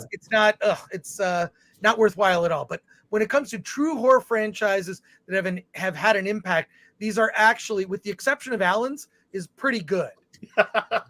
The Omen, the thing that I still remember when Paulie was talking about it is, I don't know which one it was in, but it's one where someone was ice skating or something and he slips through the ice and they're like trying to save him and everybody's the camera's following him as he's just dying. Is that 2? Jesus. No, 3. I don't know which one it is, but I remember that. Was it 2? That was terrible. Great film work in that one. Well, it's time. We're gonna get Actually, ready to vote. Alan, I'll just say the franchise that they've been talking about in the chat that has not been brought up, but seems to be most popular, is Nightmare on Elm Street. I don't know if you want to add that just because the chat's been talking about it, or. All right, the chat gets 1. So if we can have 7 that you can vote on, put in Nightmare on Elm Street franchise. That is we're gonna call it chat's choice. Now, and by the way, if you haven't noticed yet, I am completely making up this new show. I'm making up the rules. I brought on friends of mine who are available here in an afternoon, and these are all people whose opinions I respect, with the exception of maybe Alan, but everybody else. No, I didn't notice that you just made up the rules, Chris. Holy fucking shit, these reviews are delicious. Let me just say, we are making up all these rules, but look, this is a good. I love to debate. I don't care if I win, because I already know my argument in my mind is the best. It's not about winning for me. It's all about the conversation. So chat's choice, Nightmare on Elm Street, is going in the poll. Okay, so here's what I found out. I'm only allowed 5. Oh, you're only on 5. So I'm You gonna know what we pull out didn't Scream. Really? Okay, And wait. and- So wait, the chat. Who chat of all the choices? What should we pull? We can pull them out right now. Yeah, I'll pull out Scream automatically. So Pull what's- out Scream because it's not going to win. Is there another one we should pull out because we can leave in Nightmare on Elm Street, or we could pull out someone's choice here, someone else. So I really want just the chat right now, just live, and I'll go through the chat questions while you're doing that, Alan, if you don't mind. Yeah. And I'm just going to go through all the things that people say nice things about you. I can't find any right now, but there will be some. You know what we didn't discuss is we got to discuss, which we completely missed, was Saw. Someone brought it up, the Saw franchise. Yeah, that was another popular choice. All right, so we can only have 5 choices we need to eliminate. I'm going to let the chat decide. Blah, blah says Exorcist was a cultural phenomenon. Glennuccio, a lot of love for that choice. Werewolf Jeebus, I was in Scream 2 and survived. Nice. Cavitino, Cavalryman, Shay, going with Jesus, that would be The Exorcist. The Jesus Chainsaw Massacre, says Darius Munchausen. The Exorcist 1 and 2, says The Tomb of Dracula. Wait, 1 and 3. 1 and 3. Okay, gotcha. That's right. Exorcist 2 is terrible. The Ward Room, Exorcist 3 hospital scene. Shillings says James Wood's parody of The Exorcist is great. Amanda Nowicki, God, those enchiladas. yeah, aren't they remaking The Exorcist? That's right. We talked about it. Patrick Lemire, Exorcist franchise is like a crappy mall that is anchored by a Neiman Marcus. I've been to those malls before. Halloween Never Dies, says Sander Hammerslag. And Matthew Hammond for $4.99. Have you seen the trailer for Pray for the Devil? That comes out this week. It looks like an interesting exorcism movie. I'm seeing it on Thursday. I'll see that on Thursday. Alan, you have to see something else. Yeah, I'll see something else. I'm not sure what it is. Can you see Till or something? Something for us to just see I'll look something it up. other than that. Till's on the list. Okay. Baron Duke Monarch the 5th. Omen and Insidious probably have the least stinkers. Oh, good call. Omen 1 and 2 were so creepy. What a great cinema story, says Elizabeth. Yes. But we've narrowed it down to 5. Okay. Narrowed it down to 5. What are the 5, Alan? Okay, so we'll just sorry, chat, but we're gonna eliminate yours. It's Exorcist, Night of the Living Dead series, Halloween, The Omen, and Silence of the Lambs / Hannibal series. Wait, did mine make it? Wait, Night of the Living Dead. All right. Ready to post the poll? Yeah. Also, You check for typos. Hold on, let me get. while you're doing that, also too, Chris, a lot of love for The Conjuring, and that was probably one of that's still pumping out. I mean, I think the thing with The Conjuring is it's a newer franchise, The Conjuring series, right? Like it's spawned a lot of things, but it hasn't. I mean, it's been around more than 10 years. I mean, I don't know. I kind of feel like when I think horror film franchise, I think like Norm with Halloween. That's a horror movie franchise. They're definitely going to make Halloween Ends 2. They're definitely. Oh, they are? Halloween Ends 2 is going to get made. Really? I thought that was the end of the end. Hey, what about Amityville Horror? That's a franchise. That's a good one. I mean, yeah, people talked about. Yeah, I mean, honestly, the Nightmare on Elm Street was the one that was getting the most chat. But Alien was there. I would argue that The Conjuring does qualify for this debate. However, I would argue that Troll 2 is probably the best horror movie sequel. I'm just putting that out there. That's a whole other different debate. We're going. Look, I'm trying out a new format for a show that I want to do, and I think what we should do is we could post the StreamYard link in the Discord and bring on people from the chat. Yeah. Anyone from the chat that's a member, if you're on our Discord, we could post the StreamYard link there, and then you could join. I love to talk horror movies, and I love to debate. So this show will evolve, and it's going to evolve with your help. So we've already gotten some good feedback on things you don't like and things you like. So, and I appreciate that. But Alan, we've got the 5. Okay, I can launch it. Launch it, and we'll go for 10 minutes of voting. What do you think? We've got almost 300 people watching. We'll go for 5 minutes. 5-minute countdown. Okay, I am launching it now. All right, it's there. It's there. Okay, cool. So at 2:45 p.m. Pacific time, 5:45 Eastern, we're going to announce the results of the poll. Do you just end the poll? How does it work? No, it goes on, but we'll just kind of take it wherever we say it. That we'll go. I with think those you can results. end the poll, can't you? I don't see the end the poll. All I see is delete. This is Alan's first poll, so to speak.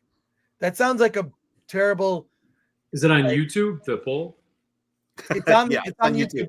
It's in the Someone YouTube says, chat. I see no poll. Where is the poll? Is the poll here? I mean, I ran a poll earlier and it showed up. Everyone saw that. That's what she said. There is no. The chat is saying there's no poll. Okay, maybe it takes one. Okay, so far 3 people have voted, so the poll is live. The poll's live where on YouTube? Is on Is the it community channel? Community. It's under the community tab. Yeah, it's I under the think. community. You Yeah, put but the it is poll on public the to everybody. community tab? Yeah, go to the community tab. That is public to everybody. At least the poll is. How do I vote? Isn't there? Yeah, you're logged in as Film Threat. I've logged in as Film Threat. I can't vote. You can't vote. We've only got 4 votes. What is this? No, keep refreshing. All right, we have 11 votes, but 300 people watching. Alan, you got to put the poll. Poll goes in the chat. Yeah. So how do you do that? Oh my God. Link? Is there a link? I don't. So I ran it earlier, and we got like 100 people when I did a previous poll earlier. Okay. Wow. Where'd you put in the community tab? Yeah, it's in the community tab. Let me do it. That's why. Yeah. Okay, let me do it. I'm gonna do it. Okay. Do it. Do it. Omen. Con, only 9%? No, forget that poll. That doesn't count. Oh, it doesn't? We got like 44 votes. Blackadder. Yeah, we have 50 votes so far. Maybe we should put Rings of Power as a horror film franchise. Come on. Really? Telling me.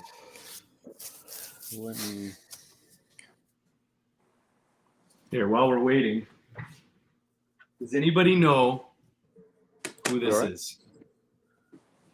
Oh, it's isn't it from the Muppets? No. No. That's Boris Karloff. Oh. Yep. And that is from the Monster Mansion. No. No? Wait a minute.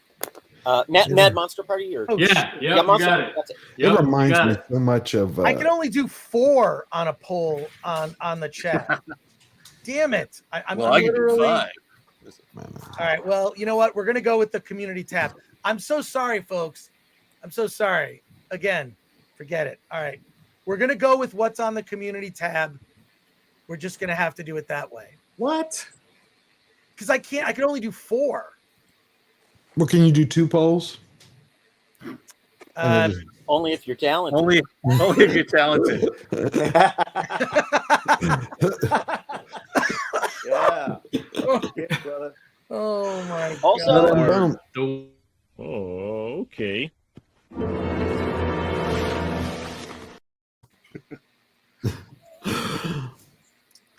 All right, let's we're gonna go have the poll go for 2 more minutes. 2 more minutes, then we'll announce the results of the poll. Hey, I'm in last place. I'm totally bummed. Oh, yeah.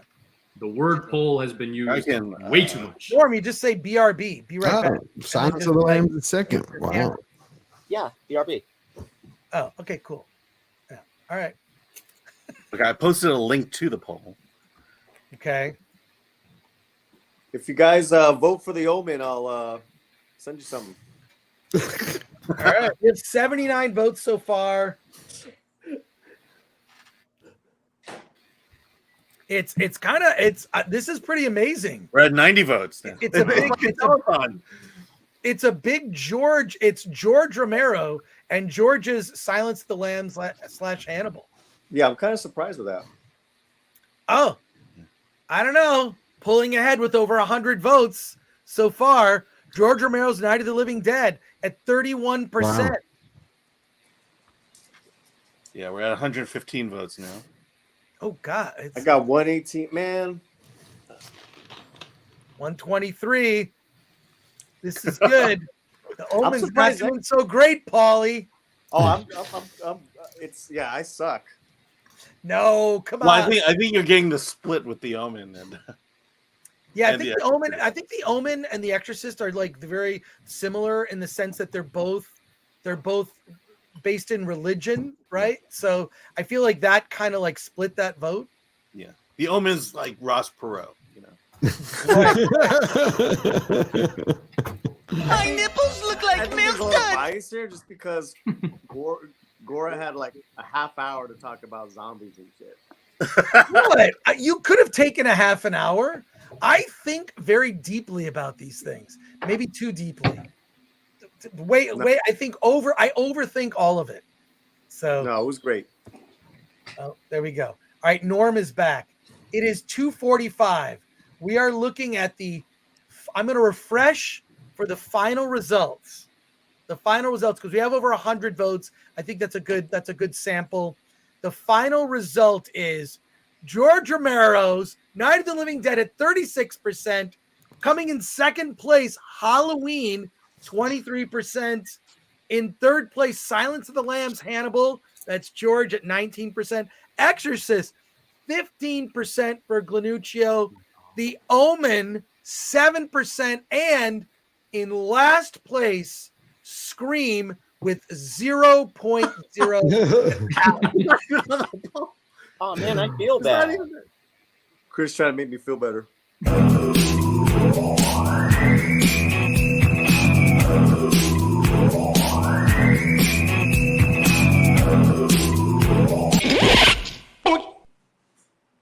Used to be one of my favorite scenes growing up. I know. Tell me about it. I need that to play on loop. I'll text it to you. That is a cure for depression, is what that is. Alan, Norm, I'll text it to you. Let's see what people are saying in the chat. And look, I picked my argument. I just picked my debate, and I like I say, I think I thought about it so deeply. I wrote a chapter of a book about my favorite horror movie, So check this out from my buddy Christian Ackerman. My favorite horror movie. I'm in volume 3. Oh, wow. There are multiple volumes of this book. Everybody writes a chapter about their favorite horror movie and why it's their favorite horror movie. But let's go to the starred chat here. Exorcist was a cultural fun. We already got that one. Wait, where do I start here? Why don't you start from the bottom up? Start from the bottom up. Okay, and unstar those other ones. Exorcist should be getting more love. Way better than most of the rest. I agree. The fact that there's a couple things. One, we're still talking about The Exorcist today. A lot of movies have been made since. Why are we still talking about that movie? It's very impactful. And as you pointed out, Glenn, you're saying like it was made sort of documentary film style. It was shot like the fact that it's also rooted in religion. Like it's just people do exorcists in real life. That's a thing that people have done. Like, yeah, Exorcist should definitely be getting more love. Anna Higo says, I can't, in good faith, vote in this poll. Bring on hardcore fans of horror, then I'll vote. All right. Excuse me. Whoa. Yeah. Shots fired. This poll had none of my choices, said the wardroom. Exorcist 1 and 3 had so many scenes that still stay with you long after the movies are over. Says CD Stein 69. And CD Stein 69, I'm going to be on his show tomorrow afternoon. So we'll make sure to plug that on our community tab. Elizabeth, Omen 1 and 2, so creepy. What great cinema storytelling. Yeah. Baron Duke Monarch V, Omen and Insidious probably have the least stinkers. Okay, so I think that we hit that. Lord Thoth, I am going back to the internet at the original Phoebe Cates scene to cleanse my eyes. The Omen was robbed. So there you go. Look, what did we do this afternoon? What have we learned? Alan's not a horror fan. That's what we've learned. But also, look, I'm trying to make a new format for a show that we can have fun with, that you, the chat, can participate in. We can come up with topics and then debate them. I promise you it won't be so rushed. I'll actually have rules, some rules and guidelines, although I do think it's important to look, we're chatting on the internet, debate is debate. But George turns up and it puts a smile on my face. It says thoughts on fitness for £1.79. So thank you for that. And Sinister says, I like Scream, but it's not an all-time classic franchise compared to the others. Well, just do what I do. Just blame Alan. So there you go. And he go, laugh my ass off. Alan ruined it. Scream franchise. Let's boo him again, chat. Boo. Yeah, they've been booing me all afternoon. That's okay. I love Alan. I I'll tease him, whatever. But at the end of the day, Alan is Alan. If we want to do comedies, I'm all on board with comedies. Okay, we'll do comedies for one of our upcoming ones.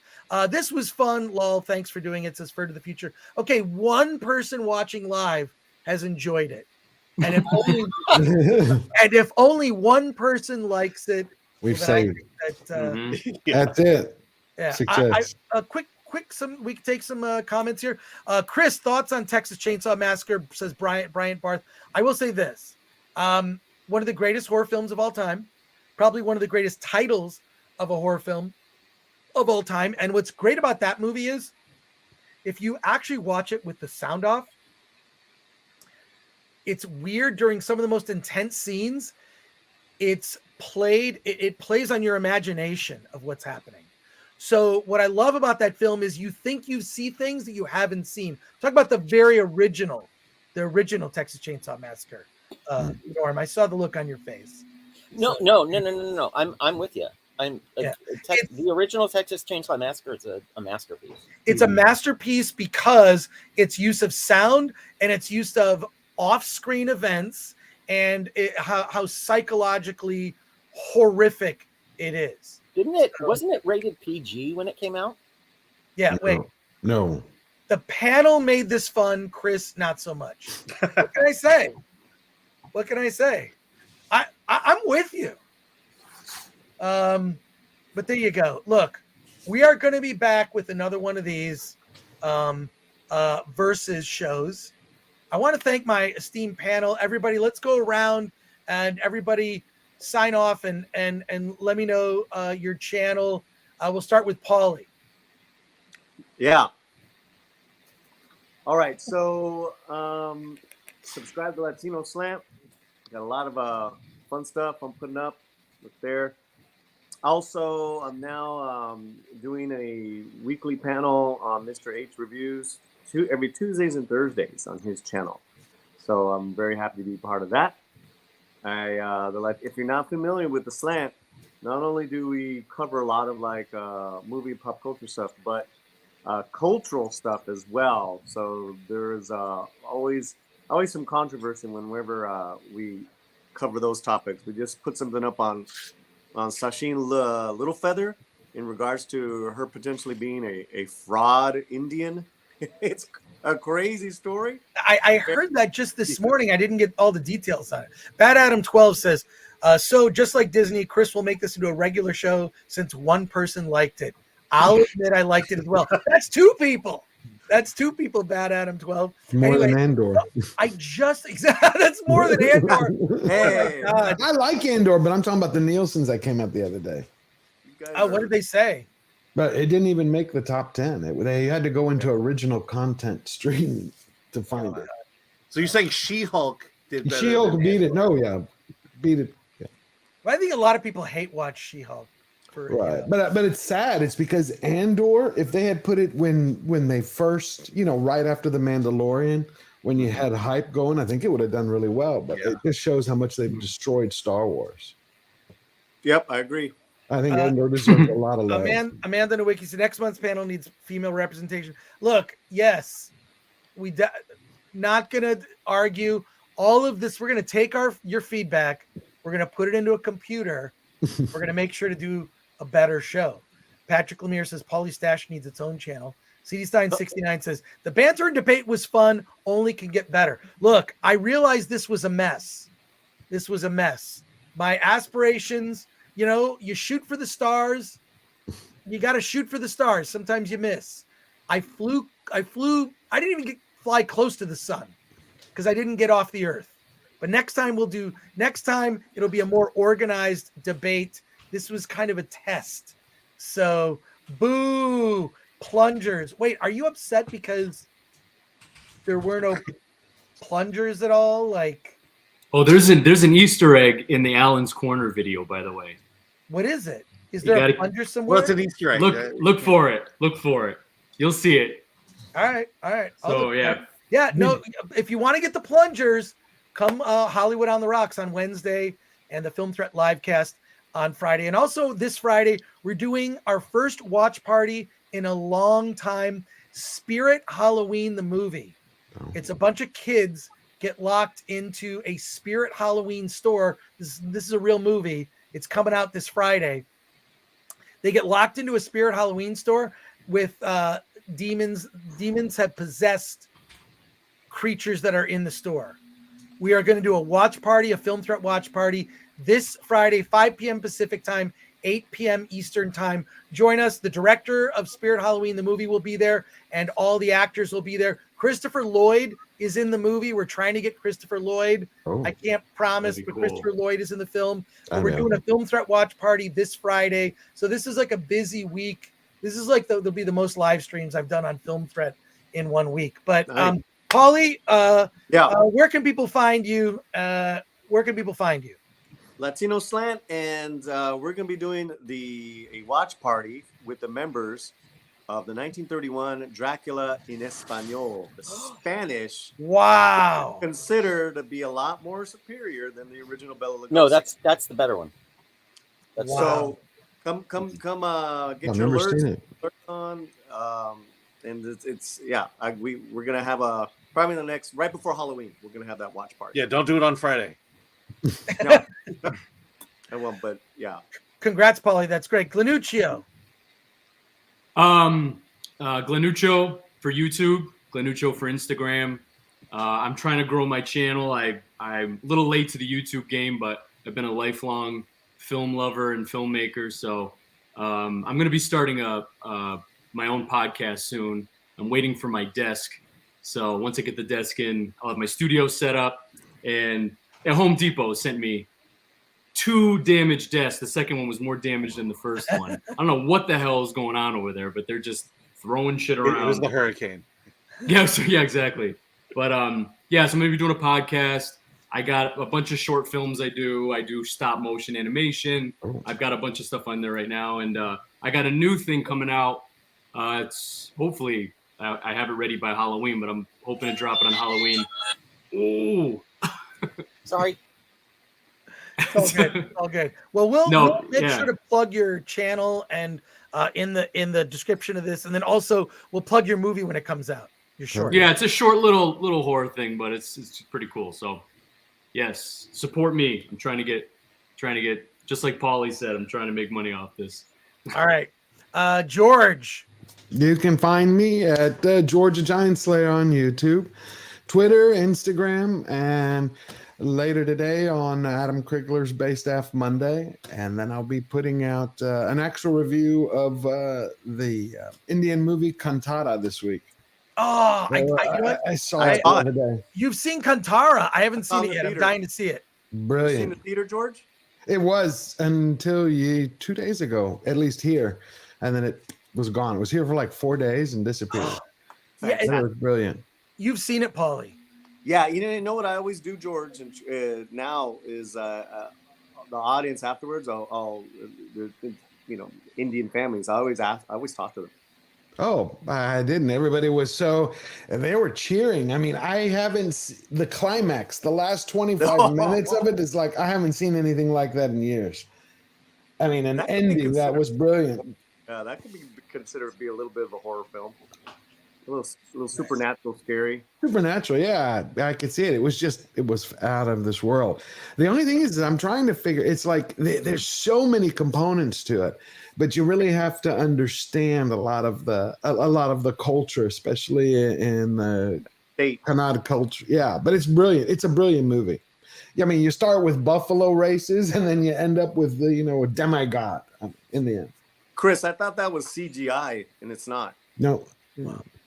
No, you mean the buffalo races, the Kampala? Yeah. No. What was real? Just the way it was filmed was incredible. Norm, give us your socials, or what do you want to plug?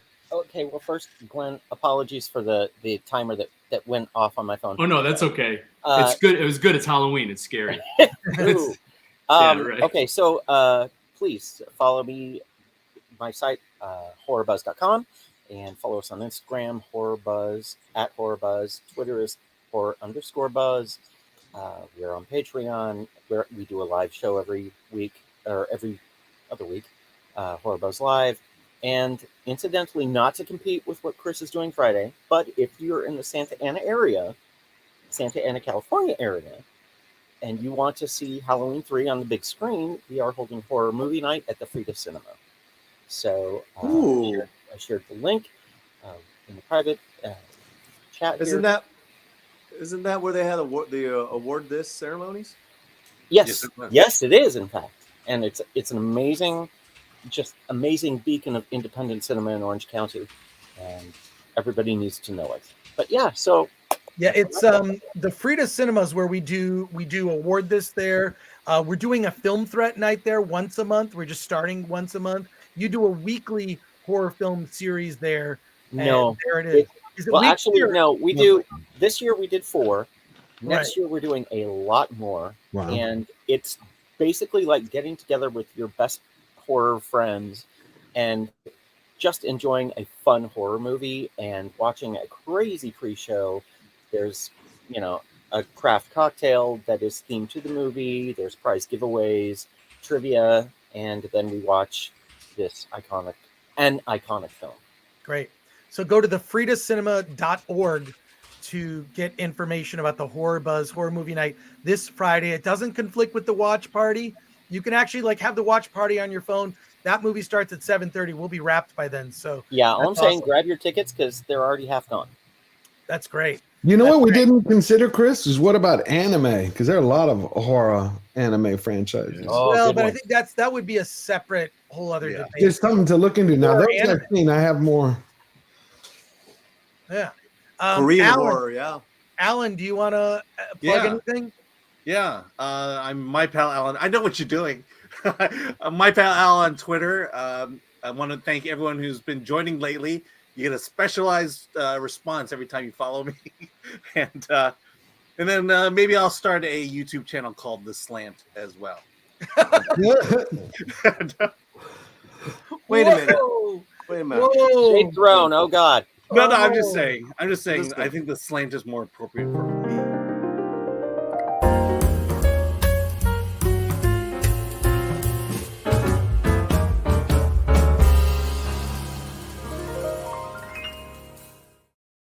Where's the Easter egg? I saw the Easter egg. Where's the Easter egg? Yeah. I didn't see it. Where is it? Play it. It's when he's putting his jacket on. Pay attention. Look in the background when he's putting his All right, jacket on. I'll look for it. All right. But that's it for us today. I want to thank you for watching in the chat. We're going to continue to do this like once a month. We'll do a Film Threat Versus show. We'll come up with a topic you're passionate about. We'll make sure to do a poll. Maybe we'll have to do it like off-site with a link, but we will figure it out. And Paul Colton for 5 says, I call Evil Dead. First movie was genuinely scary. Sequels were comedy, horror masterpieces, and the Stars series was solid too. Film remake was trash. Well, I definitely agree with you about the film remake. But Paul, thank you for that. Yeah, Evil Dead should have been. This is like also probably one of the more difficult things you could come up with. The greatest horror movie franchise. Like, think about it. We could have had this is how deep the bench is for horror. We probably could have had like 20 different possibilities, right? Think about the number of great horror movie franchises. But that's it for us. I want to say thank you to everyone in the chat for watching. We'll be back on Wednesday with Hollywood on the Rocks. We've got a stellar show lineup for you. We're going to have Dante James is going to be joining us. He'll be giving us his review of The Greatest Lie Ever Sold. We're going to be talking about the finale of House of the Dragon. We have writer-director Chris Chan Lee for the film Silent River. It's going to be a big show on Wednesday, so join us. We're Film Threat on everything. I am that Chris Gore. And Alan? Let's get out of here.